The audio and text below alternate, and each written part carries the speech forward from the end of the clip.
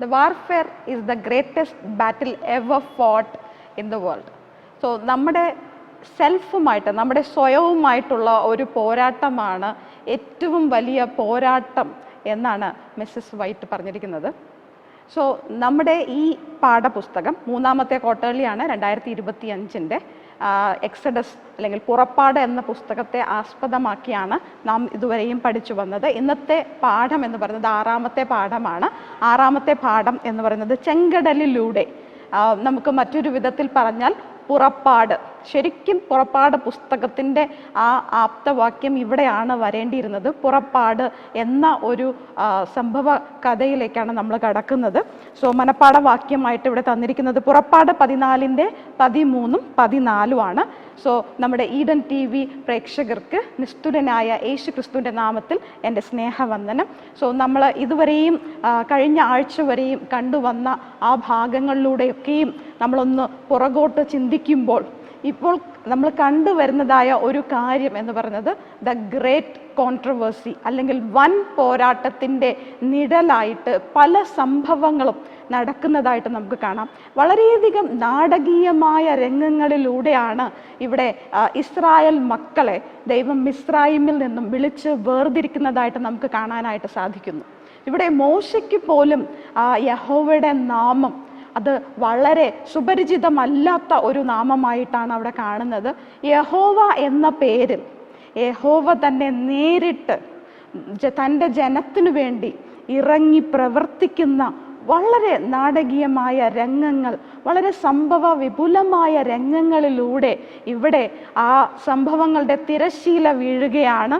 9 ബാധകൾ കഴിഞ്ഞു. 10ാമത്തെ ബാധ നമ്മൾ പെസഹ കഴിഞ്ഞ ആഴ്ച നമ്മൾ പഠിച്ചതാണ്. സോ പെസഹ കഴിഞ്ഞ് ആ ജനം മിസ്രയീം ദേശത്ത് നിന്നും പുറപ്പെടുമ്പോൾ നമുക്കറിയാം, മിസ്രയീം ദേശത്തേക്ക് ആദ്യമായി കടന്നു ചെല്ലുന്നത് യോസെഫാണ്. ഒരാളായിട്ട് ഏകനായി കടന്നു ചെന്ന യോസെഫ് പിന്നീട് യാക്കോബും തൻ്റെ കുടുംബവും തൻ്റെ എല്ലാ പരിവാരവുമായിട്ട് 70 പേരടങ്ങുന്ന ഒരു സംഘം മിസ്രയീമിലേക്ക് പോവുകയുണ്ടായി.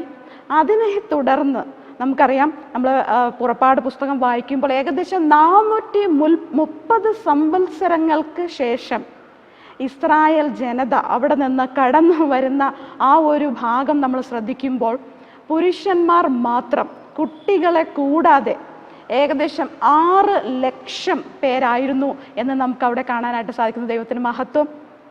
അവരോടൊപ്പം തന്നെ നമുക്ക് കാണാൻ കഴിയുന്നുണ്ട് അനേകം സമ്മിശ്ര ജാതികളായിട്ടുള്ള അനേകം പേര് ഇസ്രായേൽ ജനത്തോടൊപ്പം അവിടെ നിന്നും കടന്നു വരുന്നതായിട്ടും നമുക്ക് അവിടെ കാണാം. അതുമാത്രമല്ലാതെ ഒരുപാട് കന്നുകാലികളും മൃഗസമ്പത്തും അതുപോലെ തന്നെ മെറ്റീരിയലായിട്ട്, അതായത് സ്വർണവും പൊന്നും വെള്ളിയൊക്കെ ആയിട്ട് ആഭരണങ്ങളും ആഭരണങ്ങളും ഒക്കെ ആയിട്ട് ഒരുപാട് സമ്പത്തോടും കൂടെ ഇസ്രായേൽ ജനം യുദ്ധസന്നദ്ധരായിട്ടാണ് മിസ്രയീമിൽ നിന്നും പുറപ്പെടുന്നത് എന്ന് നമ്മൾ കാണുമ്പോൾ ശരിക്കും നമുക്ക് നമ്മുടെ ചിന്തകൾക്കും അപ്പുറമാണ്. ഒരു സിംഗിൾ മാൻ, മോസസ്, അല്ലെങ്കിൽ മോസസും അഹരോനും ഒക്കെ ചേർന്ന് ഇത്രയും വലിയൊരു ജനതയെ, അതും മുന്നിലൊന്നും അവർക്കറിയില്ല എന്താണ് സംഭവിക്കാൻ പോകുന്നത് എന്ന് പോലും അറിയാതെ ദൈവത്തിൻ്റെ വാക്കുകൾ മാത്രം ശ്രവിച്ചുകൊണ്ട്, ദൈവത്തിൻ്റെ വാക്കിൽ മാത്രം വിശ്വസിച്ചുകൊണ്ട് ഇത്ര വലിയൊരു ജനക്കൂട്ടത്തെ മിസ്രയീമിൽ നിന്നും, അതും ഇത്ര ഗംഭീരമായ ദൈവത്തിൻ്റെ മഹത്തായ ഭുജം അവിടെ പ്രവർത്തിച്ചിട്ടാണ് അവർ മിസ്രയീം ദേശത്ത് നിന്നും പുറത്തേക്ക് വരുന്നത്. എത്രയോ വർഷങ്ങൾക്ക് ശേഷം ആ മിസ്രയീം ദേശം വിട്ട് അവർ പുറത്തേക്ക് വരുന്നതായ വളരെ സംഭവ വിപുലമായ ഒരു രംഗമാണ് നമുക്ക് ഈ ചാപ്റ്ററിലൂടെ കാണാനായിട്ട് സാധിക്കുന്നത്. സോ അതുകൊണ്ട് തന്നെ മനപ്പാഠവാക്യം നമ്മൾ വായിക്കുമ്പോൾ നമുക്ക് അവർ കടന്നുപോയ ആ ഒരു മനോവികാരങ്ങളെക്കുറിച്ച് നമുക്ക് മനസ്സിലാക്കാനായിട്ട് സാധിക്കുന്നുണ്ട്. പുറപ്പാട് 14ന്റെ 13ഉം 14ഉം മോശെ ജനത്തോട് പറഞ്ഞു, ഭയപ്പെടേണ്ട, നിശ്ചലരായി നിന്ന് യഹോവ ഇന്ന് നിങ്ങൾക്ക് ചെയ്യുന്ന രക്ഷ കണ്ടുകൊള്ളുവിൻ. ഇന്ന് നിങ്ങൾ കാണുന്ന മിസ്രയീമ്യരെ ഇനി ഒരു നാളും കാണുകയില്ല. യഹോവ നിങ്ങൾക്ക് വേണ്ടി യുദ്ധം ചെയ്യും. നിങ്ങൾ മിണ്ടാതിരിപ്പിൻ എന്ന് പറഞ്ഞു. നമുക്ക് പ്രാർത്ഥിക്കാം. ഞങ്ങളെ അധിക വാത്സല്യമായി സ്നേഹിക്കുന്ന ഞങ്ങളുടെ സ്വർഗീയ വാഴ്ത്തപ്പെട്ട ദൈവമേ, അപ്പം ഈ അവസരത്തിൽ ഞങ്ങൾ ഇസ്രായേൽ ജനത്തെക്കുറിച്ച് പഠിക്കുമ്പോൾ ഇസ്രായേൽ ജനത്തോട് അങ്ങയ്ക്കുണ്ടായിരുന്ന കരുണയും ദയയും മഹാദയയോടെ അങ്ങയുടെ മഹത്തായ ഭുജം കൊണ്ട് വൻ അത്ഭുതങ്ങൾ കർത്താവെ മിസ്രയീമിൽ അങ്ങ് ചെയ്തു. അവയ്ക്കൊടുവിൽ ആ ഫറവോൻ്റെ ഹൃദയം അനേക പ്രാവശ്യം കഠിനപ്പെട്ടപ്പോഴും അങ്ങയുടെ മക്കളോട് കൂടെ ഇരുന്ന് അങ്ങ് പറഞ്ഞ വാഗ്ദത്ത പ്രകാരം അവരെ കനാൻ ദേശത്തേക്ക് വിളിച്ച് വേർതിരിച്ചുവെങ്കിൽ ഇന്ന് അന്ത്യകാലത്ത് ജീവിക്കുന്നതായ ഞങ്ങൾക്കും ഇതൊരു പ്രത്യാശയുടെ വചനങ്ങളാണ്, ഇത് പ്രത്യാശയുടെ സാക്ഷ്യങ്ങളാണ് ഞങ്ങൾ ഈ പഠനത്തിലൂടെ പഠിക്കുന്നത്. ഞങ്ങളെ അനുഗ്രഹിക്കണം, ഞങ്ങളുടെ പാഠപഠനത്തോട് കൂടെ ഇരിക്കണം, പരിശുദ്ധാത്മാവിനാൽ നിറയ്ക്കണം. യേശുവിൻ്റെ നാമത്തിൽ തന്നെ ആമേൻ. ഭയപ്പെടേണ്ട, നിശ്ചലരായി നിന്ന് യഹോവ ഇന്ന് നിങ്ങൾക്ക് ചെയ്യുന്ന രക്ഷ കണ്ടുകൊള്ളുവിൻ. അന്നേ ദിവസം അവർക്ക് അനേക വർഷങ്ങൾക്ക് ശേഷം അവർക്ക് വരുവാനിരുന്ന ഒരു വലിയൊരു രക്ഷയാണ് ഇന്ന് അവരവിടെ കാണാനായിട്ട് പോകുന്നത്. പെസഹ കഴിഞ്ഞു, പെസഹ കുഞ്ഞാടിനെയൊക്കെ അവർ കഴിച്ചു. നമുക്കറിയാം പെസഹ എങ്ങനെയാണ് ആചരിക്കേണ്ടതെന്നും അവരെങ്ങനെയാണ് അത് ആചരിച്ചതെന്നും എന്ന് നമ്മൾ കഴിഞ്ഞ ആഴ്ച നമ്മൾ പഠിച്ചായിരുന്നു. ആ പെസഹ കുഞ്ഞാട് ആ പെസഹ കുഞ്ഞാട് അല്ലെങ്കിൽ രക്ഷയുടെ ആ പദ്ധതിയെക്കുറിച്ച് തൻ്റെ ജനം മനസ്സിലാക്കണമായിരുന്നു. തൻ്റെ ജനം മാത്രമല്ല, ഈജിപ്തിലുള്ള ഓരോ വ്യക്തിയും, മിസ്രയീം ദേശത്തുള്ള ഓരോ വ്യക്തിയും അത് മനസ്സിലാക്കണമായിരുന്നു. ചിലപ്പോൾ ഫറവോൻ പോലും അത് മനസ്സിലാക്കണമെന്ന് ദൈവം ആഗ്രഹിച്ചിട്ടുണ്ടാവാം. ഇവിടെ നടന്നതായ എല്ലാ സംഭവങ്ങളും ശരിക്കും ദൈവവും ഫറവോനും തമ്മിലുള്ള യുദ്ധമായിട്ട് നമുക്കവിടെ തോന്നുന്നില്ല. ശരിക്കും നമ്മളവിടെ കാണുന്നത് ഒരു വൻ പോരാട്ടം, സാത്താനും ദൈവവും തമ്മിലുള്ള ഒരു വൻ പോരാട്ടമാണ് നമുക്കവിടെ കാണാനായിട്ട് സാധിക്കുന്നത്. അതുകൊണ്ടാണ് ഞാൻ ആദ്യമേ പറഞ്ഞത്, നമ്മുടെ ഈ ലോകത്തിലും വെച്ച് ഏറ്റവും മഹത്തായ ഒരു യുദ്ധം എന്ന് പറയുന്നത് നമ്മുടെ സ്വയവുമായിട്ടുള്ള യുദ്ധമാണ്. അവിടെ ഫറവോൻ ശരിക്കും പരാജിതനാകുകയാണ്. സാത്താൻ എങ്ങനെയാണോ തൻ്റെ സ്വയത്തോട് യുദ്ധം ചെയ്ത് തോറ്റതുപോലെ തന്നെ ഫറവോനും തൻ്റെ സ്വയത്തോടുള്ള യുദ്ധത്തിൽ അവിടെ പരാജിതനാകുകയാണ്. നമ്മൾ തുടർന്ന് പഠിക്കുമ്പോൾ ശരിക്കും ഫറവോൻ ഒരു മാനസാന്തരം വന്നുവോ എന്ന് നമ്മൾ ചിന്തിക്കുന്ന തരം ചില അഭ്യർത്ഥനകളൊക്കെ അവിടെ കാണുന്നുണ്ട്. നിങ്ങൾ കടന്നു ചെന്ന് ആരാധിക്കുമ്പോൾ എനിക്ക് വേണ്ടിയും പ്രാർത്ഥിക്കണം എന്നവിടെ പറയുന്നുണ്ട്. ശരിക്കും ഒരു മാനസാന്തരം ഉണ്ടായിട്ടാണോ അവിടെ ഫറവോൻ അങ്ങനെ പറയുന്നതെന്ന് നമുക്ക് അറിയില്ല. പക്ഷേ അവിടെ റിഗ്രറ്റ് അല്ലേ, അവിടെ വെറും ഒരു ഒരു ഖേദം, അതായത് തൻ്റെ പ്രവൃത്തികൾക്ക് അല്ലെങ്കിൽ തൻ്റെ ഹൃദയം കഠിനപ്പെട്ടത് കൊണ്ട് അവിടെ സംഭവിച്ചതായ നാശനഷ്ടങ്ങൾ, തൻ്റെ ജനത്തിനുണ്ടായ നാശനഷ്ടങ്ങൾ, അല്ലെങ്കിൽ ആ തൻ്റെ പ്രവൃത്തിയുടെ പരിണിത ഫലങ്ങളെ ഓർത്തുള്ള ഒരു ചെറിയ ഖേദം മാത്രമാണ് നമുക്ക് അവിടെ കാണാൻ സാധിക്കുന്നത്. അല്ലാത്ത പക്ഷം ഫറവോനൊരു മാനസാന്തരം ഉണ്ടായിട്ടില്ല. അതാണ് നമ്മൾ ഈ ആഴ്ചയിലുടനീളം നമ്മൾ പഠിക്കാനായിട്ട് പോകുന്നത്. നമ്മുടെ കാര്യം എടുക്കുമ്പോഴും നമുക്ക് യഥാർത്ഥ മാനസാന്തരം ഉണ്ടാകുന്നുണ്ടോ? നാം ചെയ്യുന്ന പാപങ്ങളെക്കുറിച്ച് നമുക്ക് ശരിക്കും ഒരു അനുതാപം ഉണ്ടാകുന്നുണ്ടോ? അതോ നമ്മൾ ചെയ്ത ആ പ്രവൃത്തിയുടെ ഒരു പരിണിത ഫലത്തെ നമ്മൾ ഓർത്തിട്ട് നമുക്കൊരു ഖേദം പ്രകടനം മാത്രമാണോ നമുക്കുണ്ടാകുന്നത് എന്നതേക്കുറിച്ചാണ് നമ്മൾ കൂടുതലായിട്ട് പഠിക്കാനായിട്ട് പോകുന്നത്. ദൈവം എബ്രായരുടെ ശത്രുക്കളെ അതെന്താണ് പരാജയപ്പെടുത്തി ഇസ്രായേലിലെ വാഗ്ദത്ത ദേശത്തേക്ക് വിജയകരമായി കൊണ്ടുവന്നതിൻ്റെ ദിവ്യ മാതൃകയാണ് ഈ പുറപ്പാട് അല്ലെങ്കിൽ ഈ ചെങ്കടലിലൂടെയുള്ള ഈ ഒരു അനുഭവം എന്ന് പറയുന്നത്. അത് നമ്മെ കാണിച്ചു തരുന്നത് ക്രിസ്തുവിലുള്ള രക്ഷയുടെയും വീണ്ടെടുപ്പിൻ്റെയും ഒരു പ്രതീകം കൂടിയാണ് എന്ന് നമ്മളെ ഇവിടെ ഓർമ്മിപ്പിക്കുകയാണ്. ക്രിസ്തുവിൻ്റെ ക്രൂശും അല്ലെങ്കിൽ ക്രൂശ് മരണവും അല്ലെ, പാപം ചെയ്യുന്ന എല്ലാ ദേഹിയും മരിക്കണം എന്നാണ്. പക്ഷേ പാപം ചെയ്ത ദേഹിക്ക് പകരമായി ഒരു പകരക്കാരനായി ആ പെസഹ കുഞ്ഞാട് എങ്ങനെയാണോ ബലിയായത്, ആ പെസഹ കുഞ്ഞാടിൻ്റെ രക്തം കട്ടിളമേലും കുറുമ്പടിമേലും തേച്ചപ്പോൾ സംഹാരദൂതൻ അവരെ കടന്നു പോയി എങ്കിൽ അന്ത്യകാലത്തായിരിക്കുന്ന നാമും അവിടെ ഇസ്രായേൽ ജനമെന്നോ മിസ്രയീം ജനമെന്നോ ഒരു വേർതിരിവും അവിടെ ഉണ്ടായിരുന്നില്ല. ചരിത്രകാർ പറയുന്നത് ഒരുപാട് മിസ്രയീം ജനതയും ഇതുപോലെ കട്ടളമേലും കുറുമ്പടിമേലും കുഞ്ഞാടിൻ്റെ രക്തം പുരട്ടുകയും അവരുടെ ഭവനങ്ങളിൽ സംഹാരദൂതൻ കടന്നു ചെല്ലാതെ അവരെ വിട്ടു മാറിപ്പോയതായിട്ടും നമുക്ക് കാണാനായിട്ട് സാധിക്കുന്നു. സോ ദൈവം മുഖപക്ഷമില്ലാത്ത സ്നേഹവാനായ ദൈവമാണ് എന്ന് ഈ സംഭവം നമ്മെ ഒരിക്കൽ കൂടി നമ്മെ ബോധിപ്പിക്കുകയാണ്. സോ നമ്മുടെ പാപങ്ങളെക്കുറിച്ചുള്ള ശരിയായ അനുതാപം നമുക്ക് ഉണ്ടാകുന്നുണ്ടോ, അതോ വെറും ഖേദപ്രകടനമാണോ? എങ്ങനെയാണ് പെസഹ കുഞ്ഞാട് ആ കടിഞ്ഞൂൽ സംഹാരത്തിൽ നിന്നും ആ ജനതയെ സംരക്ഷിച്ചത്? എങ്ങനെയാണ് ആ ഒരു ജനതയെ വീണ്ടും ദൈവം ആ ചെങ്കടലിലൂടെ എങ്ങനെയാണ് നടത്തിയത്? ആ ജനത അവിടെ വീണ്ടും പിറുപിറുക്കുന്ന ഒരു അവസ്ഥയിലും ആ മോശയോട് കൂടെ മോശയുടെ ആ വടി നീട്ടുമ്പോൾ തന്നെ ചെങ്കടൽ രണ്ടായി പിളർന്നപ്പോൾ എന്തൊക്കെ സംഭവിച്ചു?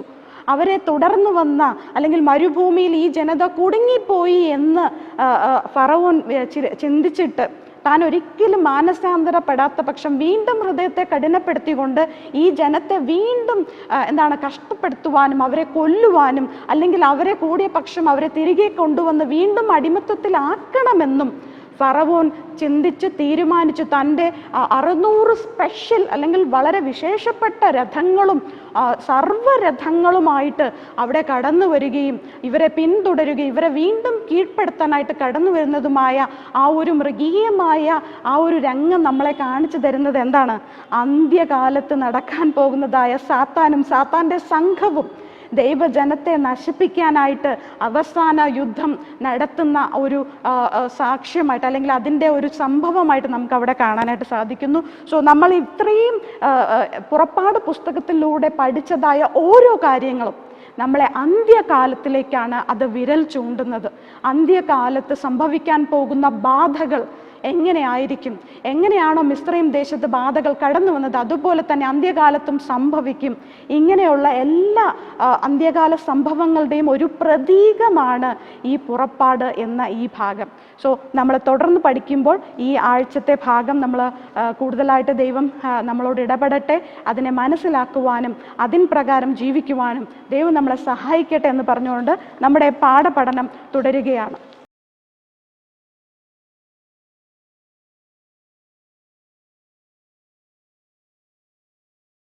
ഞായറാഴ്ചത്തെ ഭാഗത്തേക്ക് നമുക്ക് കടന്നു വരാം. സോ ഞായറാഴ്ചത്തെ ഭാഗത്തേക്ക് കടന്നു വരുമ്പോൾ പോയി ദൈവത്തെ ആരാധിക്കുക അല്ലെങ്കിൽ ദയവായി പോകൂ എന്ന തലക്കെട്ടോടെയാണ് നമുക്ക് ഈ ദിവസത്തെ പാഠം പഠിക്കാനായിട്ടുള്ളത്. പുറപ്പാട് 12:31 മുതൽ നമ്മൾ താഴോട്ട് വായിക്കുമ്പോൾ 36 വരെ വായിക്കുമ്പോൾ ഇവിടെ പറയുന്നതായിട്ടുള്ള കാര്യം എന്ന് പറയുന്നത് ആ 9ാമത്തെ ബാധ കഴിഞ്ഞു 10ാമത്തെ കടിഞ്ഞൂൽ സംഹാരത്തിൻ്റെ ആ രാത്രിയാണ്. ഇവിടെ പറയുന്നു, ഒന്ന് മരിക്കാതെ ഒരു വീടും ഉണ്ടായിരുന്നില്ല. അപ്പോൾ അവൻ മോശയെയും അഹരോനെയും രാത്രിയിൽ വിളിപ്പിച്ചു. അപ്പോൾ രാത്രി തന്നെ വിളിപ്പിക്കുകയാണ്. നിങ്ങൾ ഇസ്രായേൽ മക്കളുമായി എഴുന്നേറ്റ് എൻ്റെ ജനത്തിൻ്റെ നടുവിൽ നിന്ന് പുറപ്പെട്ട് നിങ്ങൾ പറഞ്ഞതുപോലെ പോയി യഹോവയെ ആരാധിപ്പിൻ.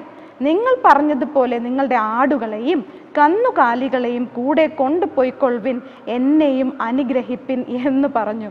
മിസ്രൈമ്യർ ജനത്തെ നിർബന്ധിച്ച് വേഗത്തിൽ ദേശത്ത് നിന്ന് അയച്ചു.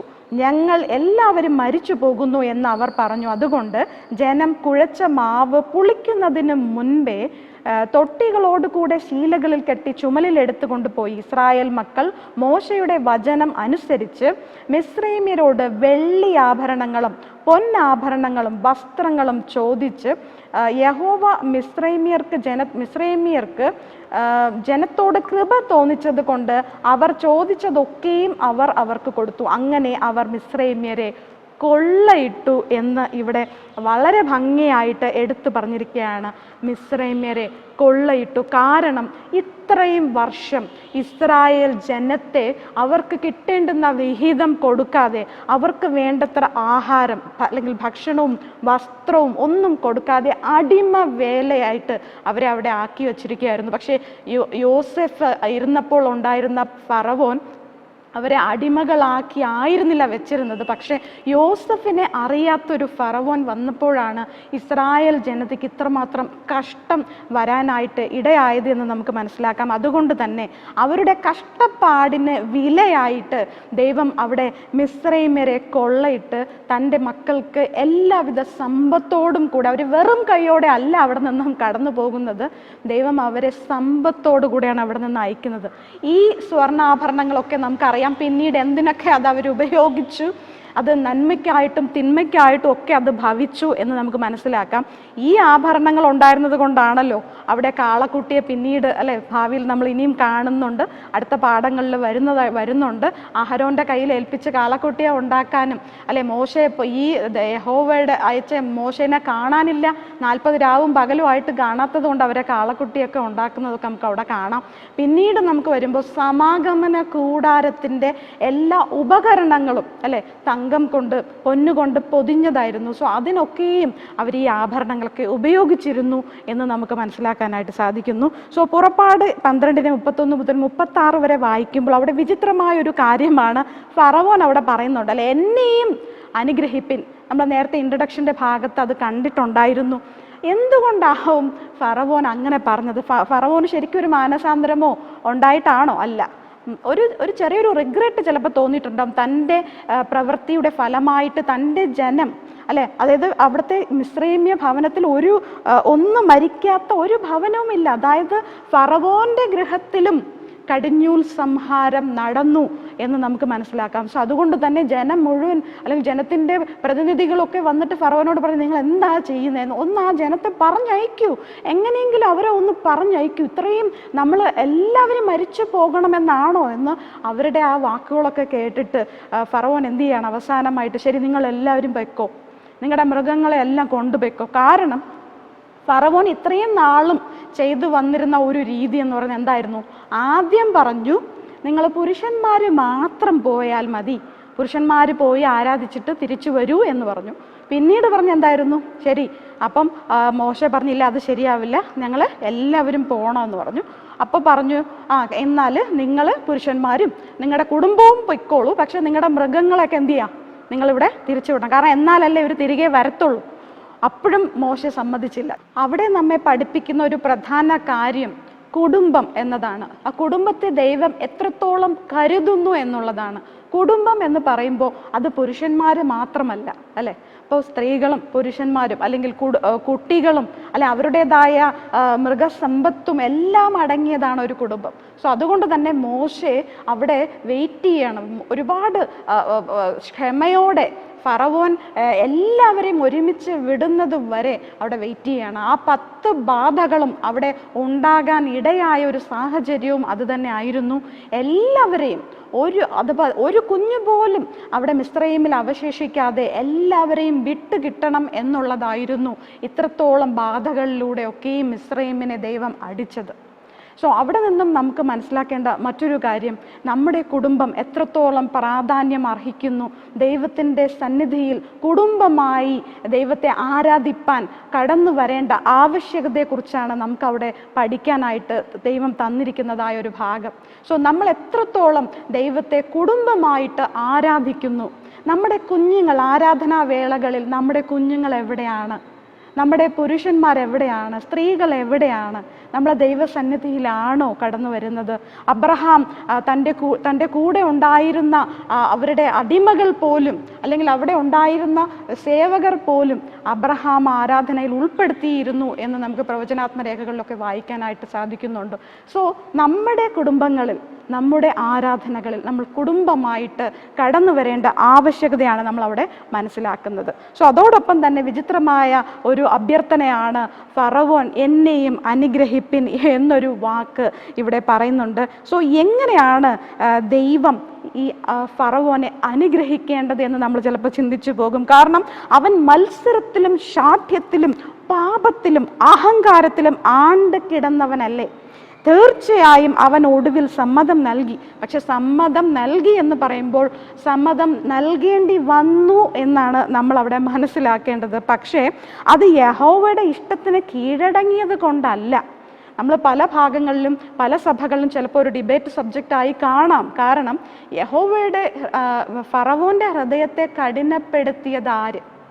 ദൈവമാണ് കഠിനപ്പെടുത്തിയതെന്ന് നമ്മൾ പലപ്പോഴും പറയുന്നു, അല്ലെങ്കിൽ ഫറവോനാണ് കഠിനപ്പെടുത്തിയതെന്ന് മറ്റു പക്ഷം പറയുന്നു. അപ്പം ഇതിൽ എന്തായിരിക്കും എന്നുള്ളത് നമുക്ക് 1 ശമൂവേൽ 6:6 വായിക്കുമ്പോൾ പ്രത്യേകിച്ച് അവിടെ പറയുന്നുണ്ട്, ആരാണ്? ഫറവോൻ തന്നെയാണ് തൻ്റെ ഹൃദയത്തെ കഠിനപ്പെടുത്തിയത്. കാരണം നമുക്ക് ദൈവം തീരുമാനിക്കാനുള്ള അല്ലെങ്കിൽ പവർ ഓഫ് ചോയ്സ് നമുക്ക് ദൈവം തന്നിട്ടുണ്ട്.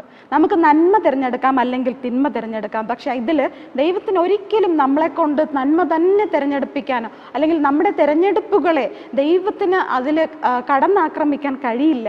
ദൈവം നമ്മളെ ബഹുമാനിക്കുന്നു, നമ്മുടെ തീരുമാനങ്ങളെ ബഹുമാനിക്കുന്നു. സോ ഞാൻ നന്മ തിരഞ്ഞെടുത്താലും തിന്മ തിരഞ്ഞെടുത്താലും അത് ദൈവം അനുവദിക്കുന്നു എന്നുള്ളതാണ്. സോ ഇവിടെ ഫറവോൻ്റെ കാര്യത്തിൽ ഫറവോൻ്റെ ഹൃദയം കഠിനപ്പെടാൻ കാരണം അവൻ തന്നെയാണ് കഠിനപ്പെടാൻ തീരുമാനിച്ചത് എന്ന് നമുക്ക് മനസ്സിലാക്കാം. ദൈവത്തിൻ്റെ ആത്മാവിനെ അവൻ അനുസരിച്ചില്ല, അല്ലെങ്കിൽ ദൈവത്തിൻ്റെ അല്ലെങ്കിൽ യഹോവ ആയ ദൈവം പറഞ്ഞ വാക്കുകളെ അനുസരിക്കാൻ അവന് താല്പര്യമില്ലായിരുന്നു. കാരണം അവൻ തന്നെ ചിന്തിച്ചിരുന്ന എന്താണ്? അവൻ തന്നെ ഒരു ദൈവമെന്നാണ് അവൻ അവതരിച്ചിരുന്നത്. അങ്ങനെയാണ് ഞാനൊരു ദൈവമാണ്, അല്ലെങ്കിൽ മിസ്രൈമിൻ്റെ ദൈവമാണ് എന്ന നിലയിലായിരുന്നു ഫറവോൻ അവിടെ ആയിരുന്നത്. അതുകൊണ്ട് തന്നെയാണ് ഈ 10 ബാധകളും അവിടെ വന്നതും. കാരണം അവർ ചിന്തിക്കുന്നത് പോലെ അല്ലെ, മോശെ അവിടെ വടി സർപ്പമാക്കിയപ്പോൾ തൻ്റെ മജീഷ്യൻസും എന്ത് ചെയ്തു? മന്ത്രവാദികൾ വന്നിട്ട് അവരുടെ വടികളും സർപ്പമാക്കി. സോ എപ്പോഴും ദൈവത്തിൻ്റെ ആത്മാവിനെ ചെറുത്ത് നിൽക്കുക, ദൈവത്തിൻ്റെ ആത്മാവിന് വിരോധമായി നിൽക്കുക, ദൈവത്തിൻ്റെ പ്രവൃത്തികളെ എല്ലാം ഖണ്ഡിക്കുക എന്നുള്ള ഒരു പ്രവൃത്തി എന്ന് പറയുന്നത് അത് സ്വർഗത്തിൽ നിന്നും തുടങ്ങിയ, സ്വർഗത്തിൽ നിന്നും ഈ ഭൂമിയിലേക്ക് പതിച്ചതായ ദൂതൻ്റെ പ്രവണതയാണ് നമുക്ക് ഫറവോനിലൂടെ കാണാനായിട്ട് സാധിക്കുന്നത്, അല്ലെ? ആ ഫറവോൻ്റെ ഓരോ തന്ത്രങ്ങളും നമ്മൾ നോക്കുമ്പോൾ ദൈവജനത്തെ എത്രത്തോളം പൈശാചികൻ എത്രത്തോളം പീഡിപ്പിക്കുന്നു. അവർക്കൊരിക്കലും നന്മ ഉണ്ടാകാതിരിക്കുവാൻ അവൻ എന്താണ്? ഉറങ്ങാതെ ശ്രമിച്ചു കൊണ്ടിരിക്കുകയാണ്. അതാണ് നമ്മളിപ്പോഴും അന്ത്യകാലത്ത് നമ്മളിപ്പോൾ കണ്ടുകൊണ്ടിരിക്കുന്നത്. നമ്മുടെ സഭയെ എത്രത്തോളം പീഡിപ്പിക്കുന്നു എന്ന് നമുക്ക് മനസ്സിലാക്കാൻ സാധിക്കുന്നു. സോ ക്രിസ്തുവിനെ ആരും അറിയരുത്, പെസഹ കുഞ്ഞാടിനെ ആരും രുചിച്ചറിയരുത് എന്നുള്ള വാശിയായിരുന്നു സാത്താനും. അതുപോലെ തന്നെ ഇവിടെ ഫറവോൻ സാത്താൻ്റെ രൂപത്തിൽ തന്നെയാണ് ഇവിടെ പ്രത്യക്ഷപ്പെടുന്നത്. അവസാനം എന്ത് ചെയ്യാണ്? ഫറവോൻ അപമാനിതനായി ഏറ്റവും മോശമായ ബാധയിൽ നിന്നുള്ള ദാരുണമായ സാഹചര്യങ്ങൾ കണക്കിലെടുത്ത് ഇസ്രായേലിന് മിസ്രയീം വിടാൻ അവൻ അവസാനം അനുമതി നൽകിയാണ്. ശരി, നിങ്ങളെല്ലാവരും പൊയ്ക്കോ, നിങ്ങളുടെ ജന്തുക്കളെയും മൃഗങ്ങളെ ഒക്കെ കൊണ്ടുപോയിക്കോ എന്ന് പറഞ്ഞ് എന്ത് ചെയ്യാണ്? തൻ്റെ ജനതയ്ക്ക് അവൻ വരുത്തി വെച്ച കഷ്ടപ്പാടുകൾ പരിഗണിക്കാതെ അവൻ ഇപ്പോൾ എന്ത് ചെയ്യാണ്? എന്ത് വന്നാലും സാരമില്ല, ഈ ജനത കാരണം ഇനി എൻ്റെ ജനം ചത്തുപോകാതിരിക്കാൻ വേണ്ടിയിട്ട് അവരെന്ത് ചെയ്യാണ്? അനുവദിക്കുകയാണ് ചെയ്യുന്നത്.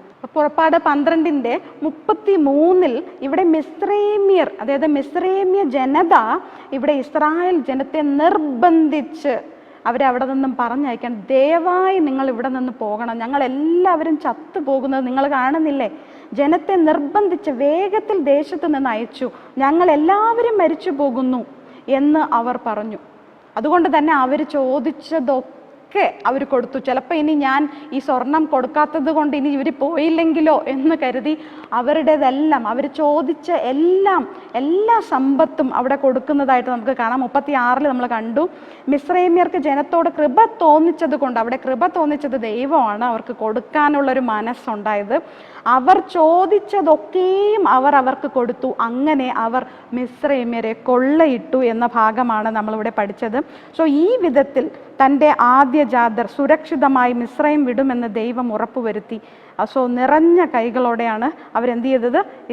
ഇസ്രായേൽ ജനം മിസ്രൈമിൽ നിന്നും പുറപ്പെട്ടത്. സോ ഇസ്രായേൽ അവരുടെ വർഷങ്ങളായുള്ള സേവനത്തിൻ്റെ പ്രതിഫലം ആവശ്യപ്പെട്ടപ്പോൾ എന്ത് ചെയ്തു? മിസ്രൈമ്യർ മടിച്ചു നിൽക്കാതെ. കാരണം എന്താണ്?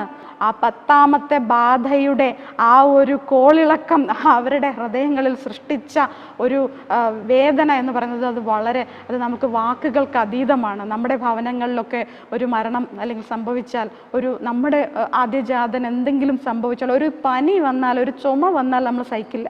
അങ്ങനെ വരുമ്പോൾ കുഞ്ഞ് മരിച്ചു പോകുക എന്ന് പറയുന്നത് നമുക്കൊരിക്കലും താങ്ങാനാകുന്ന ഒരു സംഭവമല്ല. അപ്പം അതുകൊണ്ട് തന്നെയാണ് ഈ മിസ്രയീം ജനത ഇത്രത്തോളം അവരെ ദയവായി നിങ്ങൾ ഇവിടെ നിന്നൊന്ന് പോയി തരുമോ എന്ന് പറയേണ്ട ഒരു അവസ്ഥയിലേക്ക് മാറിയത് നമുക്ക് കാണാനായിട്ട് സാധിക്കുന്നു.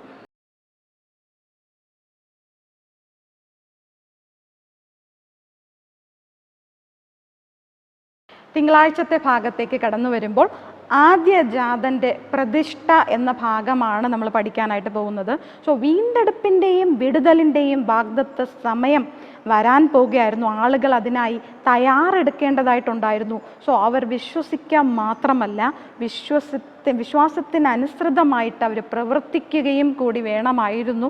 അതുതന്നെയാണ് നമ്മൾ ആ പെസഹ പെരുന്നാൾ അല്ലെങ്കിൽ പെസഹ ആചരണത്തിലൂടെ നമ്മൾ പഠിച്ചതായിട്ടുള്ള കാര്യങ്ങൾ.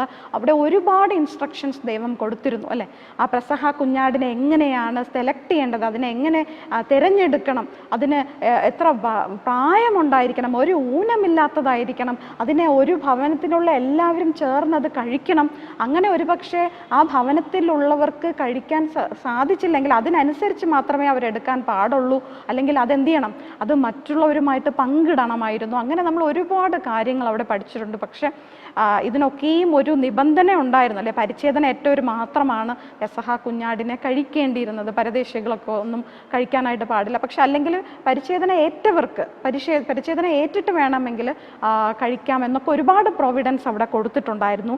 സോ ദൈവം പറഞ്ഞതിനനുസൃതമായി അതിന് ഒരു ചെറിയൊരു പാളിച്ച പോലും വരാത്ത പക്ഷം അതൊക്കെയും അവരങ്ങനെ തന്നെ ചെയ്യുകയുണ്ടായി എന്നുള്ളത് വളരെ പരമപ്രധാനമായ ഒരു കാര്യമാണ്. യാക്കോബ് 2:17 മുതൽ 20 വരെ നമ്മൾ വായിക്കുമ്പോൾ അവിടെ പറയാണ്, മൂഢ, വിശ്വാസം കൂടാതെയുള്ള പ്രവൃത്തി നിർജീവമാണ് അല്ലെങ്കിൽ ചത്തതാണ് എന്ന് നീ അറിയുന്നില്ലേ എന്ന് നമുക്കിവിടെ വായിക്കാനായിട്ട് സാധിക്കുന്നു. സോ പുറപ്പാട് 13:1 മുതൽ 16 വരെയുള്ള ഭാഗങ്ങൾ നമ്മൾ വായിക്കുമ്പോൾ അവസാന ബാധയുടെ സമയത്ത് ഇസ്രായേലിയ ആദ്യജാതന്മാരെ ദൈവകൃപയാൽ അവരെന്ത് ചെയ്യാണ്, വിടുവിക്കപ്പെടുകയാണ് ചെയ്യുന്നത്. ഇത് നമുക്ക് കാണിച്ചു തരുന്നത് ഈ യേശുക്രിസ്തുവിൻ്റെ വരവും യേശുക്രിസ്തു നമുക്കായിട്ട് കാൽവരി ക്രൂശിൽ മരിക്കുന്ന അല്ലെങ്കിൽ നമുക്ക് വേണ്ടി രക്തം ചിന്തുകയും നമ്മുടെ പാപങ്ങൾ ഒരിക്കലത്തേക്കായിട്ട് നമ്മുടെ പാപ നിവാരണ ബലിയായിട്ട് യേശുക്രിസ്തു ഈ ഭൂമിയിൽ വരും എന്നതിന് ഒരു ഉദാഹരണമായിട്ടായിരുന്നു ഈ പെസഹ അവരവിടെ ആചരിക്കുന്നത്. ഈ ശാശ്വത കൽപ്പന നൽകിയിരിക്കുന്നത് എന്തുകൊണ്ടാണ്? ഇന്ന് നമുക്ക് ഇത് എന്താണ് അർത്ഥമാക്കുന്നത്? നമ്മളിപ്പോൾ പെസഹ ആചരിക്കണമെന്നുണ്ടോ? ചില സഭകൾ ഞാൻ കണ്ടിട്ടുണ്ട്. പ്രത്യേകിച്ച് ഞാൻ തമിഴ്നാട്ടിലായിരിക്കുമ്പോൾ ഒരു സഭ കുറിച്ച് പഠിച്ചിട്ടുണ്ടായിരുന്നു. അവരിപ്പോഴും പെസഹ ആചരിക്കുന്നുണ്ട്. യഹൂദന്മാരിപ്പോഴും പെസഹ ആചരിക്കുന്നുണ്ട്. നാം ക്രിസ്ത്യാനികളായ നമുക്ക് ഇപ്പോൾ പെസഹ ആചരിക്കേണ്ടതായിട്ടില്ല. കാരണം പെസഹ കുഞ്ഞാട് ലോകസ്ഥാപനം മുതൽ അറുക്കപ്പെട്ട കുഞ്ഞാട് എന്ത് ചെയ്തു? അറുക്കപ്പെട്ട് കഴിഞ്ഞു. എനിക്ക് വേണ്ടിയും നിങ്ങൾക്ക് വേണ്ടിയും ഇനി വരുന്ന തലമുറയ്ക്ക് വേണ്ടിയും കഴിഞ്ഞ തലമുറകൾക്ക് വേണ്ടിയും അവരുടെ പാപത്തിനായിട്ട് ഒരേ ഒരു യാഗത്തിൻ്റെ ആവശ്യമേ ഉണ്ടായിരുന്നുള്ളൂ. അതിൻ്റെ ഒരു നിഴൽ മാത്രമായിരുന്നു മൃഗങ്ങളുടെ ബലികളിലൂടെ ഇസ്രായേൽ ജനത അനുവർത്തിച്ചു വന്ന ഒരു കാര്യം.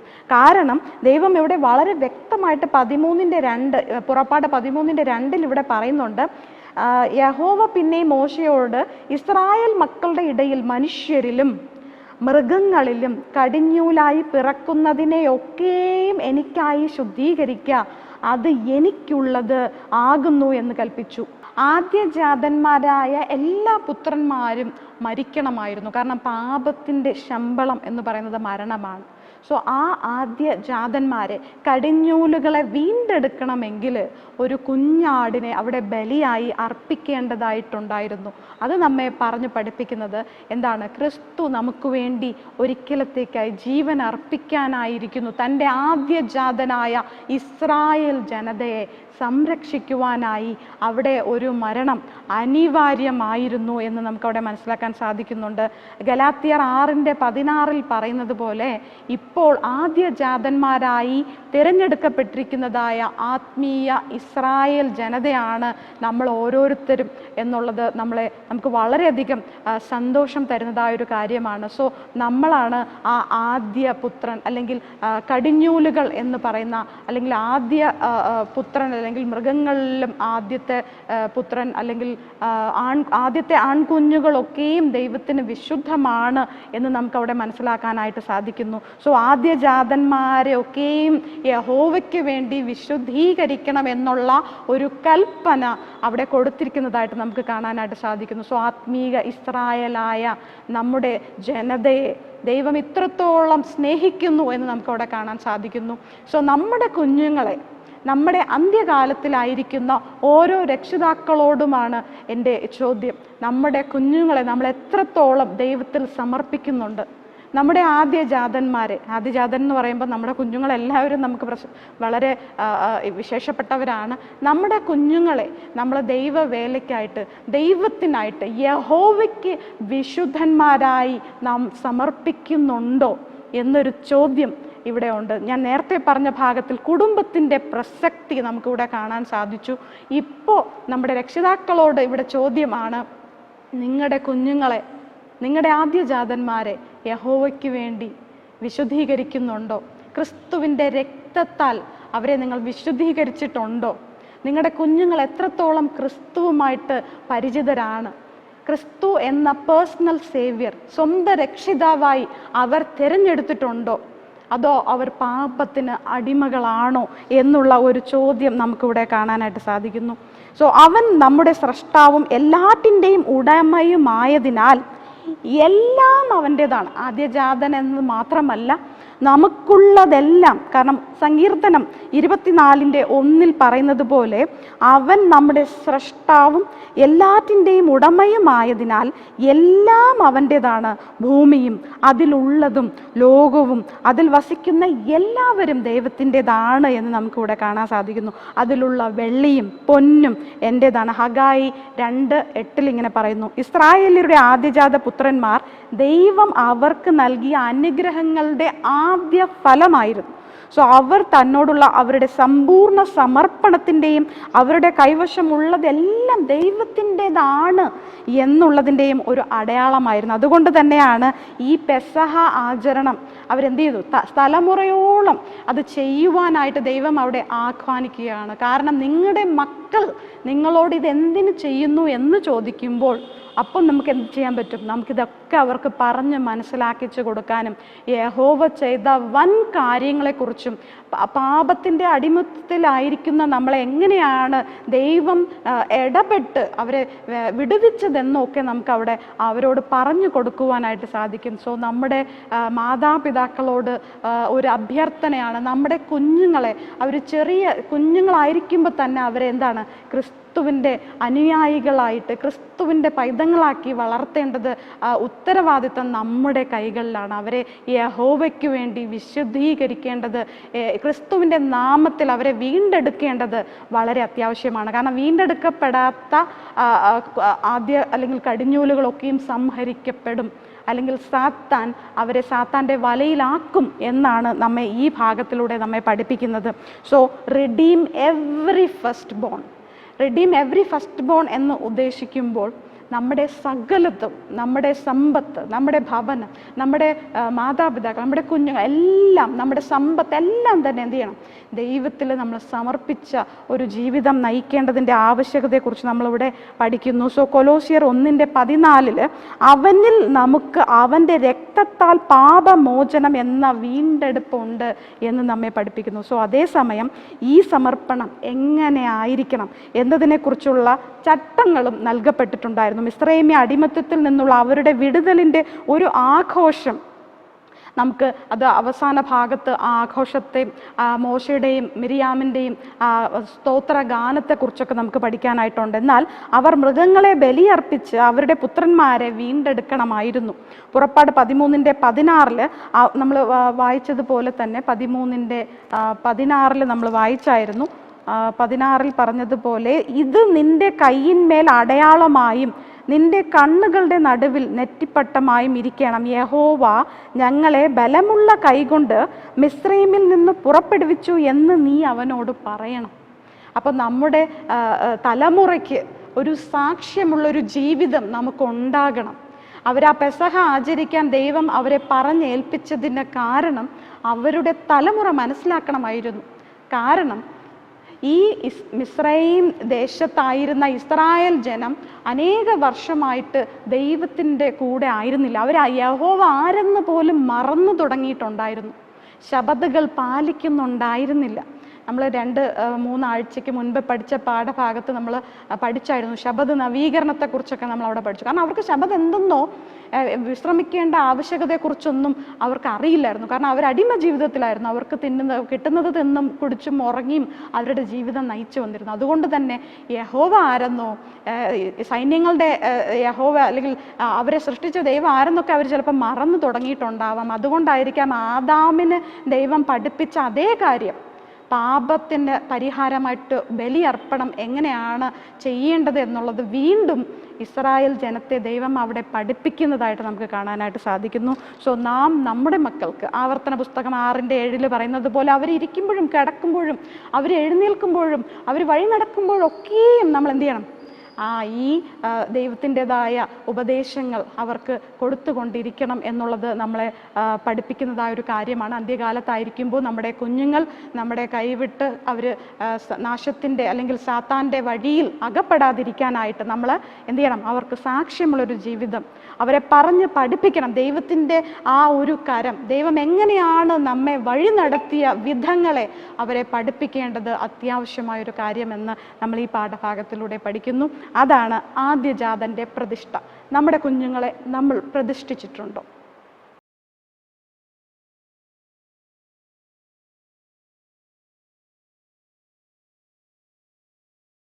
ചൊവ്വാഴ്ചത്തെ ഭാഗത്തേക്ക് വരുമ്പോൾ ചെങ്കടൽ കടക്കൽ, അതായത് നമ്മൾ ഇന്നത്തെ ആഴ്ചയുടെ ഏറ്റവും പ്രധാനപ്പെട്ട ഒരു സംഭവമാണ് ചെങ്കടലിലൂടെ ദൈവം അവരെ എങ്ങനെയാണ് വഴി നടത്തിയത് എന്നതിനെക്കുറിച്ചാണ്. കാരണം പുറപ്പാട് 13:17 ഇവിടെ പറയുകയാണ് ഇവർ ചെങ്കടലിൻ്റെ ഭാഗത്ത് എങ്ങനെ എത്തിപ്പെട്ടു എന്നതിൻ്റെ കാരണമാണ്. ഫറവോൻ ജനത്തെ വിട്ടയച്ച ശേഷം ഫെലിസ്ത്യരുടെ ദേശത്തു കൂടിയുള്ള വഴി അടുത്തത് എന്ന് വരികിലും ജനം യുദ്ധം കാണുമ്പോൾ പക്ഷെ അനുതപിച്ച് മിസ്രൈമിലേക്ക് മടങ്ങിപ്പോകുമെന്ന് വെച്ച് ദൈവം അവരെ അതിലേക്ക് കൊണ്ടുപോയില്ല.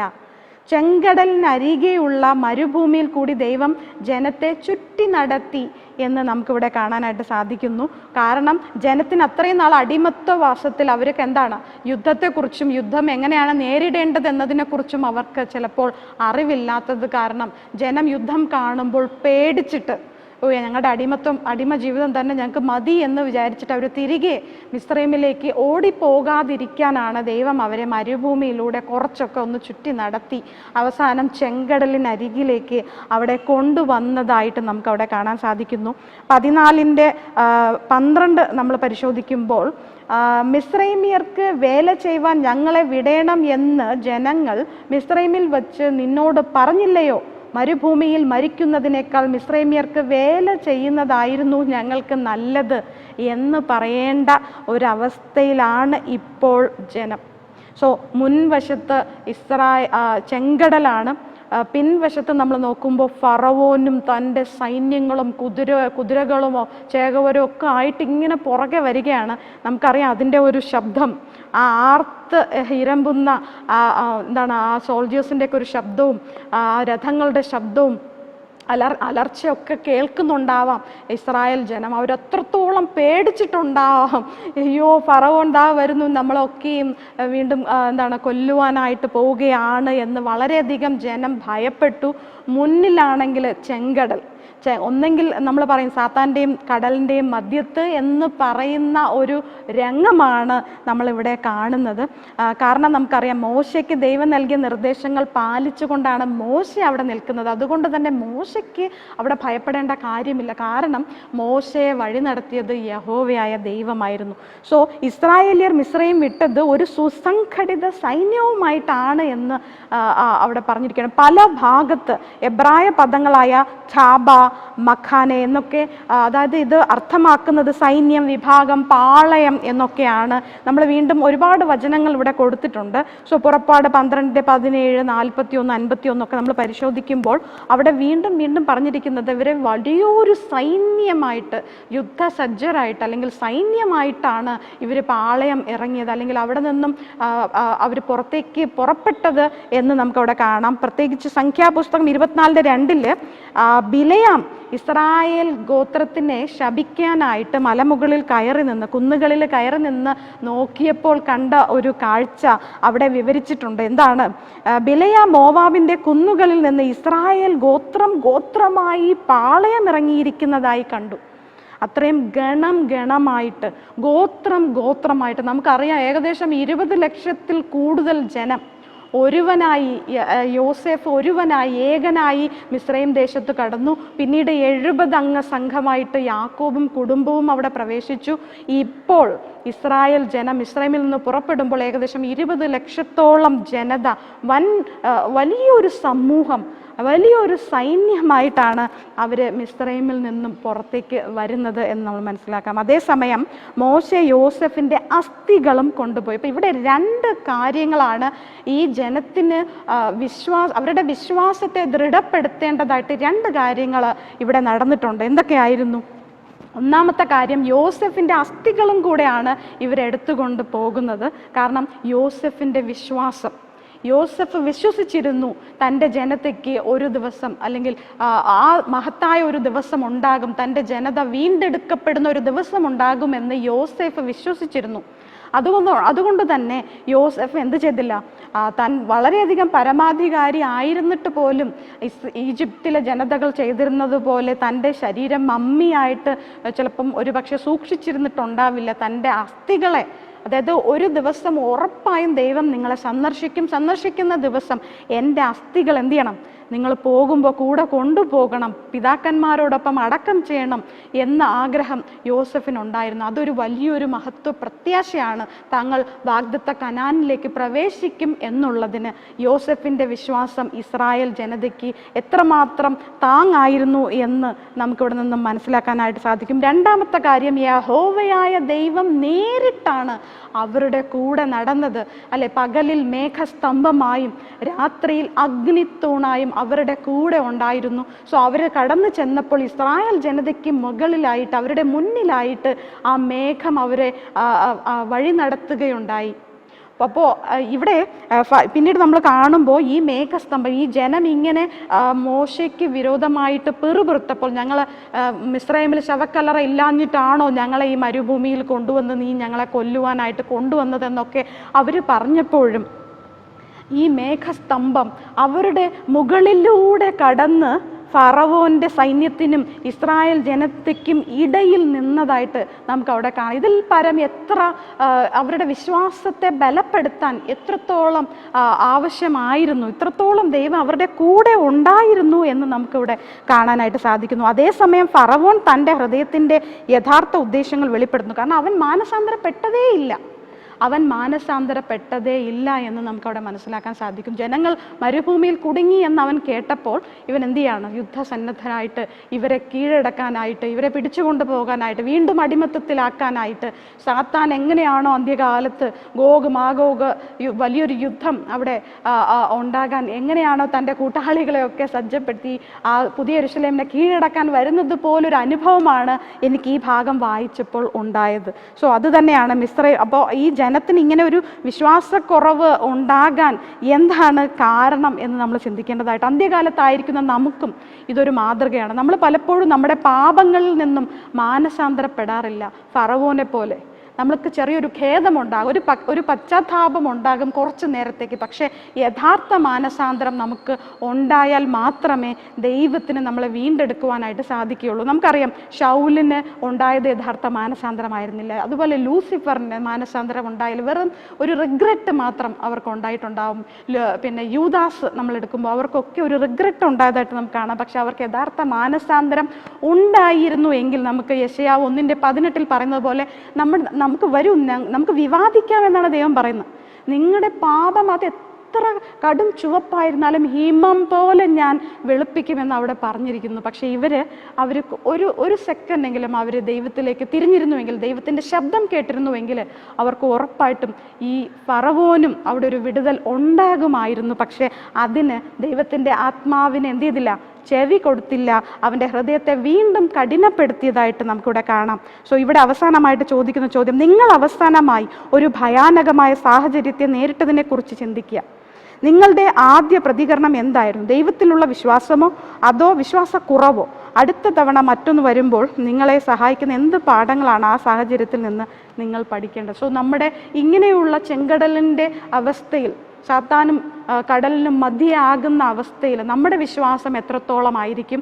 ശാദ്രാക്ക്, മേശാക്ക്, ആബേദ്നെഗോ എങ്ങനെയാണോ തീച്ചൂളയിൽ അവരുടെ വിശ്വാസം, ഞങ്ങൾ ആരാധിക്കുന്ന ദൈവം ഞങ്ങളെ വിടുവിച്ചില്ലെങ്കിലും ഞങ്ങൾ എന്ത് ചെയ്തില്ല, ഈ ബിംബത്തിനെ സേവിക്കുക അല്ലെങ്കിൽ വണങ്ങുകയില്ല എന്ന് പറഞ്ഞപ്പോൾ മനുഷ്യപുത്രൻ അവരുടെ നടുവിൽ, ആ തീച്ചൂളയുടെ നടുവിൽ പ്രത്യക്ഷപ്പെട്ടതുപോലെ തന്നെ ചെങ്കടലിൻ്റെ നടുവിലൂടെ ജനത്തെ നയിച്ചതുപോലെ ദൈവം നമ്മളെയും നയിക്കും എന്നുള്ള പാഠമാണ് നമ്മളിവിടെ പഠിക്കുന്നത്. നമ്മുടെ വിശ്വാസം തളരാത്ത വിശ്വാസമായിരിക്കട്ടെ, പ്രവൃത്തിയുള്ള വിശ്വാസമായിരിക്കട്ടെ എന്ന് നമ്മെ ഈ പാഠഭാഗം പഠിപ്പിക്കുന്നു.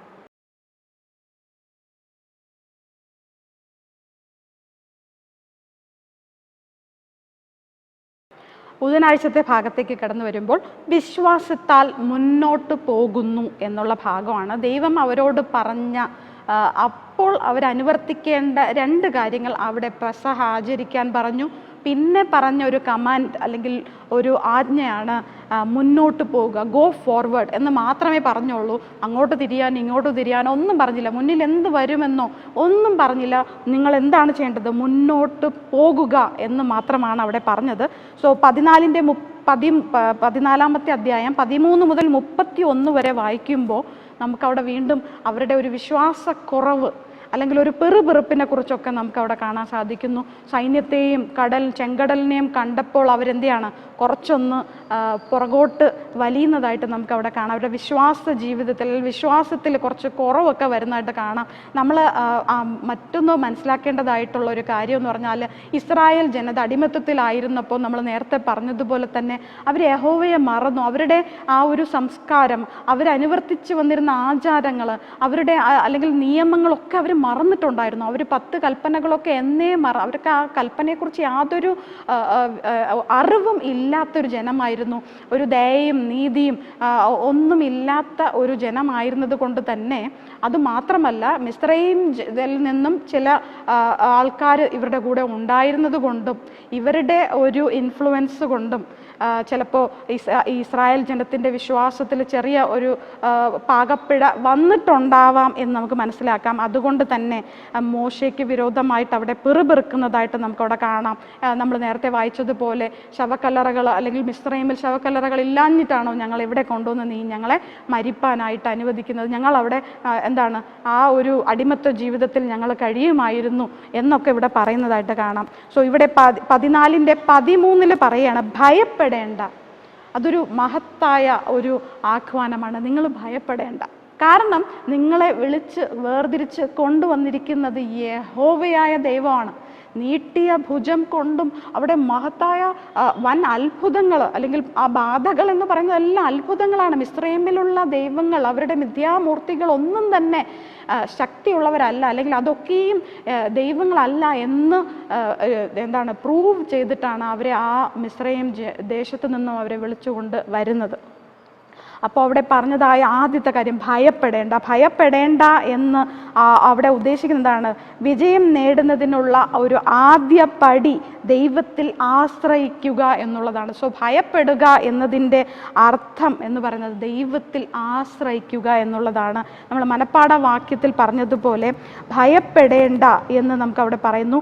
ഉറച്ചു നിൽപ്പിൻ. എന്തുകൊണ്ടാണ് ഉറച്ചു നിൽക്കാൻ പറയുന്നത്? നമുക്ക് ഉറപ്പ് ഇല്ലാത്തത് കൊണ്ടാണ് ഉറച്ചു നിൽക്കാനായിട്ട് പറയുന്നത്. കാരണം അവർ പെറുപെറുക്കാൻ തുടങ്ങി, അവരെ ഒന്ന് തിരിഞ്ഞു നോക്കാൻ തുടങ്ങി. നമ്മൾ പഴയത് മതിയായിരുന്നു എന്ന് തോന്നി തുടങ്ങിയ ഒരു അവസരമായതുകൊണ്ട് അവിടെ പറയാണ്, നിങ്ങളെന്താണ് ഉറപ്പുള്ളവരായിരിപ്പിൻ, അല്ലെങ്കിൽ ഉറച്ചു നിൽപ്പിൻ എന്നവിടെ പറയാണ്. പെറുപെറുക്കാതെ നിങ്ങൾ നിൽക്കേണ്ട സ്ഥാനത്ത് നിങ്ങൾ നിന്നാൽ മാത്രം മതി, നിങ്ങൾ മറ്റൊന്നും ചെയ്യണ്ട എന്നാണ് അവിടെ പറയുന്നത്. പിന്നീട് നമ്മളവിടെ വായിക്കുമ്പോൾ, യഹോവ ഇന്ന് നിങ്ങൾക്ക് ചെയ്യുവാനിരിക്കുന്ന രക്ഷ കണ്ടുകൊള്ളുവിൻ.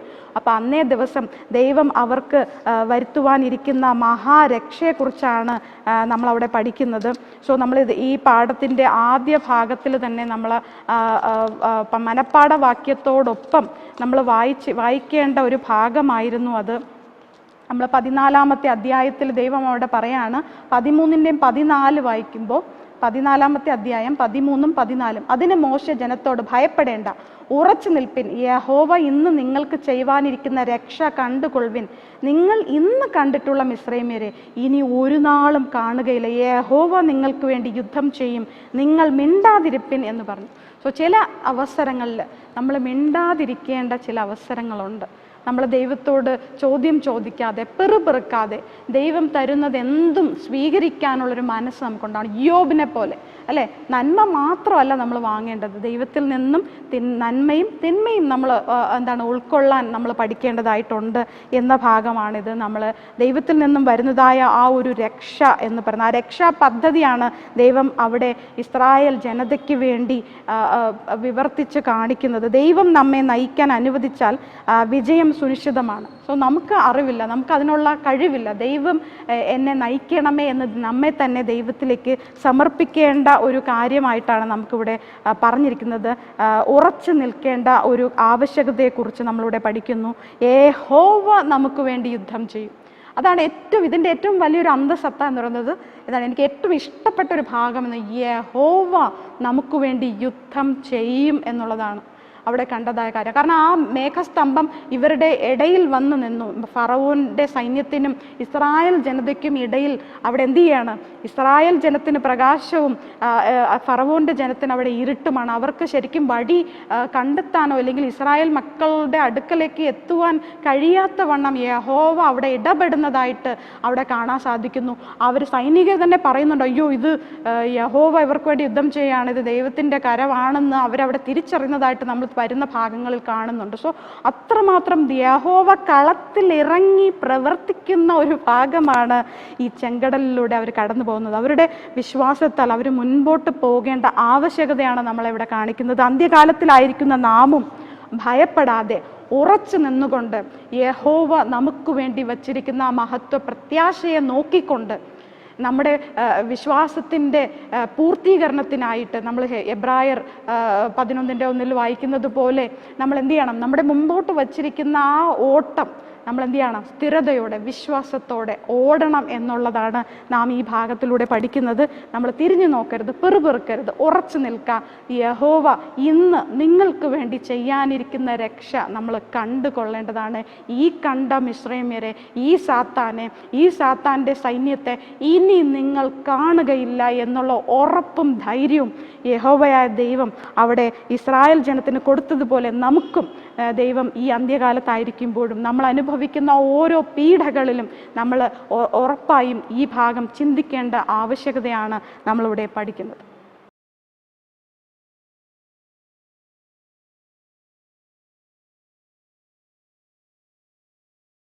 ഈ പാഠഭാഗത്തിൻ്റെ അവസാന ഭാഗത്തേക്ക് നമ്മൾ കടന്നു വരികയാണ്. ഇവിടെ മോശയുടെയും മിര്യാമിൻ്റെയും ഗീതം നമുക്കവിടെ കാണാൻ സാധിക്കുന്നു. അവിടെ ആ സമയം വരെയും അവിടെ നടന്നതായ കാര്യങ്ങൾക്ക് നന്ദി അർപ്പിക്കുന്ന വിധമാണ് നമുക്ക് ഈ മോശയുടെയും മിര്യാമിൻ്റെയും ഗീതം 15-ാമത്തെ അധ്യായത്തിൽ കൊടുത്തിരിക്കുന്നത്. 15-ാമത്തെ അധ്യായം 1 മുതൽ 21 വരെ നമ്മൾ താഴോട്ട് വായിക്കുമ്പോൾ എങ്ങനെയാണ് മോശെ ദൈവത്തിൻ്റെ പ്രവൃത്തികളെ ഓരോന്നായി എണ്ണി സ്തുതിക്കുന്നത് എന്ന് നമുക്ക് കാണാനായിട്ട് സാധിക്കും. അത് നമ്മെ പഠിപ്പിക്കുന്നത് നമ്മുടെ ജീവിതത്തിൽ നമ്മൾ അനുഭവിക്കുന്നതായ ഓരോ പോരാട്ടങ്ങൾക്കും ഒടുവിൽ യഹോവ നമുക്ക് വേണ്ടി യുദ്ധം ചെയ്തു. അത് ഇസ്രായേൽ ജനത്തിന് വേണ്ടി യഹോവ എങ്ങനെയാണോ രാത്രിയിൽ ഇസ്രായേൽ ജനത്തിന് വെളിച്ചമായും മിസ്രയീം ജനത്തിന് ഇരുട്ടായും നിന്നുകൊണ്ട് യഹോവ തന്നെ യുദ്ധം ചെയ്ത് അവരെ വിടുവിച്ചതുപോലെ ദൈവം നമ്മുടെ ജീവിതത്തിലും വലിയൊരു വിടുതലിൻ്റെ അനുഭവം തരുമ്പോൾ നമ്മൾ എത്രത്തോളം നന്ദിയുള്ള ഹൃദയത്തോടെ ദൈവത്തെ സ്തുതിക്കുന്നു എന്നാണ് നമ്മെ ഈ ഭാഗം പഠിപ്പിക്കുന്നത്. മോശയുടെയും മിര്യാമിൻ്റെയും ഒരു നന്ദി അർപ്പണം അവർ മാത്രമല്ല, അവരോടൊപ്പം തന്നെ സർവ സംഘവും അവരോടൊപ്പം തപ്പോടും കിന്നരത്തോടും ഒക്കെ ഒരുമിച്ച് അവിടെ പാടുന്നതായിട്ട് നമുക്ക് കാണാം. മോശയുടെ ഗീതം ഇത് നമ്മളെ ഓർമ്മിപ്പിക്കുന്ന ഒരു കാര്യമുണ്ട്. വെളിപ്പാട് 15:3 ഇങ്ങനെ പറയുന്നു, അവർ ദൈവത്തിൻ്റെ ദാസനായ മോശയുടെ പാട്ടും കുഞ്ഞാടിൻ്റെ പാട്ടും പാടി ചൊല്ലിയത്, സർവശക്തിയുള്ള ദൈവമായ കർത്താവേ, നിന്റെ പ്രവൃത്തികൾ വലുതും അത്ഭുതവുമായവ, സർവജാതികളുടെയും രാജാവേ, നിന്റെ വഴികൾ നീതിയും സത്യവുമുള്ളവ എന്ന് ഇവിടെ പഠിപ്പിക്കുന്നു. അതുപോലെ തന്നെയാണ് നമ്മൾ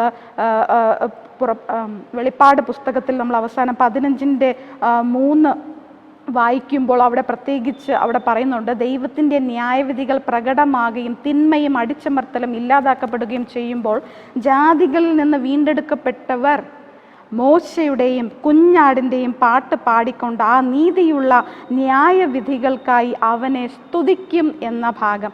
സോ നാം പഠിക്കുന്നതായ ഓരോ ഭാഗങ്ങളും ഈ ക്വാർട്ടറിലുടനീളം പുറപ്പാടെന്ന പുസ്തകത്തിലൂടെ നമ്മൾ പഠിച്ചതായ ഓരോ കാര്യങ്ങളും അത് അന്ത്യകാലത്തിന് വേണ്ടി ദൈവം നമുക്ക് തന്ന പാഠങ്ങളാണ്. അതൊക്കെയും പ്രതീകങ്ങളാണ് എന്ന് നമുക്ക് മനസ്സിലാക്കാനായിട്ട് സാധിക്കുന്നു.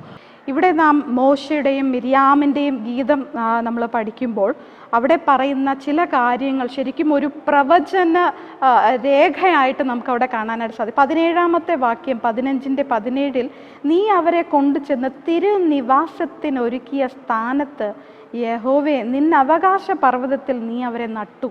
കർത്താവെ, തൃക്കൈ സ്ഥാപിച്ച വിശുദ്ധ മന്ദിരത്തിങ്കൽ തന്നെ. ഇങ്ങനെ നമ്മൾ ഒരുപാട് കാര്യങ്ങൾ ഇവിടെ കാണാനായിട്ട് സാധിക്കുന്നു. ഈ ഗാനത്തെ ശരിക്കും 7 ഭാഗങ്ങളായിട്ട് നമുക്ക് തിരിക്കാം. 1 മുതൽ 3 വരെയുള്ള ഭാഗങ്ങൾ നമ്മെ പഠിപ്പിക്കുന്നത് കർത്താവിൻ്റെ സ്തുതി, അതായത് ദൈവത്തെ അവർ സ്തുതിക്കുന്നതായിട്ടുള്ളൊരു ഭാഗമാണ്. 4ഉം 5ഉം അവിടെ പറയുന്നത് ഫറവോൻ്റെയും സൈന്യത്തിനും മേലുള്ള ദൈവത്തിൻ്റെ ആ ഒരു വിജയമാണ്. പുറപ്പാട് 14:30 നമ്മൾ കണ്ടതുപോലെ, ഇങ്ങനെ യഹോവ ആ ദിവസം ഇസ്രായേല്യരെ മിസ്രൈമ്യരുടെ കയ്യിൽ നിന്ന് രക്ഷിച്ചു. മിസ്രൈമ്യർ കടൽക്കരയിൽ ചത്തടിഞ്ഞു കിടക്കുന്നത് ഇസ്രായേല്യർ കാണുകയും ചെയ്തു. ഇവിടെ എന്താണ് സംഭവിക്കുന്നതെന്ന് പറഞ്ഞാൽ, മിസ്രൈമിൽ നിന്നും പുറപ്പെട്ടു വന്ന ഫറവോനും സൈന്യത്തിലും ഒരു ജീവൻ പോലും അവശേഷിച്ചില്ല. അതേസമയം ഇസ്രായേൽ മക്കളിൽ ഒരു ജീവൻ പോലും നഷ്ടമായില്ല എന്നുള്ള ഒരു കാര്യമാണ് നമുക്ക് അവിടെ കാണാൻ സാധിക്കുന്നത്. സോ 6ഉം 7ഉം 15:6ഉം 7ഉം കർത്താവിൻ്റെ മഹത്വം, വീണ്ടും ദൈവത്തെ മഹത്വപ്പെടുത്തുന്നതായിട്ട് നമുക്ക് കാണാം. 8 മുതൽ 10 വരെയുള്ള വാക്യങ്ങൾ കർത്താവിൻ്റെ സൃഷ്ടിപരമായ ദൈവത്തിൻ്റെ സൃഷ്ടിയെക്കുറിച്ചും ദൈവത്തിൻ്റെ ആ ഒരു ശക്തിയെക്കുറിച്ചൊക്കെ ന്യായവിധിയെക്കുറിച്ചും അവിടെ പറയുന്നതായിട്ട് കാണാൻ സാധിക്കുന്നു. ഇനി 11-ാമത്തെ വാക്യം കർത്താവിൻ്റെ അതുല്യത, ദൈവത്തിൻ്റെ ആ ഒരു നേച്ചർ, ദൈവത്തിൻ്റെ സ്വഭാവത്തെക്കുറിച്ച് നമുക്കവിടെ കാണാം. 11-ാമത്തെ വാക്യം അതുല്യതയാണ്. അതുപോലെ 12 മുതൽ 16 വരെ ശത്രുക്കളിൽ നിന്നുള്ള കർത്താവിൻ്റെ ആ ഒരു ദൈവം എങ്ങനെയാണ് അവരെ സ്നേഹത്തോടെ, അവരുടെ വീണ്ടെടുപ്പ് എങ്ങനെയായിരുന്നു എന്നുള്ളതാണ്. 16ന്റെ പകുതി മുതൽ 18-ാമത്തെ വാക്യം വരെ കർത്താവ് എന്താണ്? രാജാതി രാജാവാണ്, കർത്താതി കർത്താവാണ്. വാഗ്ദത്ത ദേശത്ത് തൻ്റെ ജനത്തിന് ഒരു വിശ്രമം അവിടെ ബാക്കിയാക്കിയിട്ടുണ്ട് എന്നുള്ളതൊക്കെ നമുക്ക് കാണാം. പുറപ്പാട് 15:6, 11, 16 ഇങ്ങനെയുള്ള ചില വാക്യങ്ങളിൽ അവിടെ എന്താണ്? വീണ്ടും ഇത് ആവർത്തിക്കുന്നതായിട്ട് കാണാം.